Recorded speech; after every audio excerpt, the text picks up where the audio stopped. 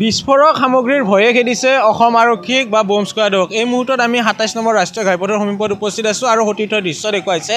এয়া হৈছে গড়চুক থানাৰ অধীনৰ দৃশ্য যে বম স্কোৱাডে বম বিচাৰি অভিযান চলাইছে। যিহেতু এডভান্টেজ অসম আছে, ঝুমুৰ নৃত্য আছে, তেনে সময়ছোৱাতে এনেদৰে ৰাজপথেৰে ভিভিআইপিৰ লোকসকল আহিব।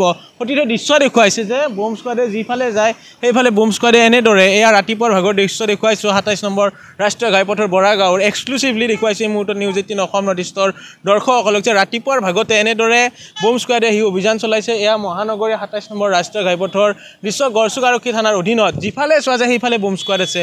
সতীৰ্থই দেখুৱাইছে ইয়াতে গড়চুক আৰক্ষীৰ লোক আছে আৰু সমান্তৰালভাৱে এই যি ২৭ নম্বৰ ৰাষ্ট্ৰীয় ঘাইপথৰ মাজৰ অংশ আছে, মাজৰ অংশত কোনোবাখিনি তেখেতসকলে কিবা সন্দেহজনক হয়তো খবৰ আছে বা কিবা খবৰ আছে, আউটপুট আছে, ইনপুট আছে, যাৰ ফলত তেখেতসকলে এনেদৰে এতিয়া অভিযান চলাইছে যে ক'ত কিবা সামগ্ৰী আছে নেকি। যিহেতু উল্লেখ কৰিব বিচাৰিছোঁ যে ২৪ তাৰিখে ঝুমুৰক লৈ এটা বিশ্ব ৰেকৰ্ড হ'ব, য'ত প্ৰধানমন্ত্ৰী নৰেন্দ্ৰ মোদী আহি উপস্থিত হ'ব। সমান্তৰালভাৱে ২৫ আৰু ২৬ ফেব্ৰুৱাৰীত এডভান্টেজ অসম হ'ব, তাতে ভিভিআইপিৰ লোক আহিব, যাৰ ফলত তেখেতসকলে এক প্ৰকাৰ ৰাজপথত তন্নকৈ পৰীক্ষা কৰি চাইছে। আমি পূৰ্বে এডভান্টেজ আছামেই হওক বা ঝুমুৰ নৃত্যক লৈ বহু বাতৰি কৰিছোঁ যে য'ত দেখুওৱা হৈছে যে আৰক্ষী প্ৰশাসনে কিদৰে সজাগ হৈছে আৰু এইবাৰ এনেদৰে বম স্কোৱাড সজাগ হোৱা পৰিলক্ষিত হৈছে যে প্ৰতিটো অঞ্চল, বিশেষকৈ যিসমূহ স্থান কিবা এটা ধৰণৰ সামগ্ৰী বা টোপোলা থাকে, সেয়েহে এই ধৰণে বিচাৰি আছে। আৰু উল্লেখ কৰিব বিচাৰিম যে ২৬ জানুৱাৰীৰ দিনটোত এইখিনি অঞ্চলতে কিন্তু ৰাষ্ট্ৰীয় ঘাইপথ বন্ধ কৰি দিয়া হৈছিলে। এই মুহূৰ্তত যিটো দৃশ্য দেখি আছে, বাজি আছে বা চলি আছে, এই স্থান কিন্তু ২৬ জানুৱাৰীৰ দিনা অতি সংকটজনক বুলি বিবেচিত হৈছিলে। ইয়াতে এখন পেলনীয়া বেগ পাইছিলে, যাৰ ফলত ২৭ নম্বৰ ৰাষ্ট্ৰীয় ঘাইপথ বন্ধ কৰি দিছিলে।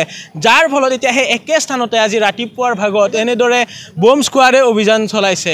আমি পুনৰ উল্লেখ কৰিছোঁ যে ২৬ জানুৱাৰীৰ দিনা এইখিনি স্থানতে ২৭ নম্বৰ ৰাষ্ট্ৰীয় ঘাইপথ সম্পূৰ্ণৰূপে বন্ধ কৰি দিয়া হৈছিলে, যাৰ ফলত এক প্ৰকাৰ অনাহক পৰিস্থিতিৰ মোকাবিলা কৰিব লগা হৈছিলে। আৰু আজি সেই একে স্থানতে ২৭ নম্বৰ ৰাষ্ট্ৰীয় ঘাইপথৰ ISBTৰ পৰা গড়চুক সমীপৰ এইখিনি অঞ্চলত এতিয়া এনেদৰে বম স্কোৱাডে বোমা বিচাৰি অভিযান চলাইছে।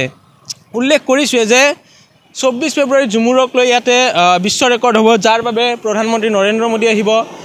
২৫ আৰু ২৬ ফেব্ৰুৱাৰীত এডভান্টেজ আছাম আছে, তাক লৈও বহু ভিভিআইপি আহিব, উদ্যোগপতি আহিব, যাৰ জীৱনক লৈ শংকা যাতে কোনো কাৰণতে নৰয়। এক প্ৰকাৰ প্ৰতিটো অঞ্চলে তন্নকৈ তালাচী চলিছে।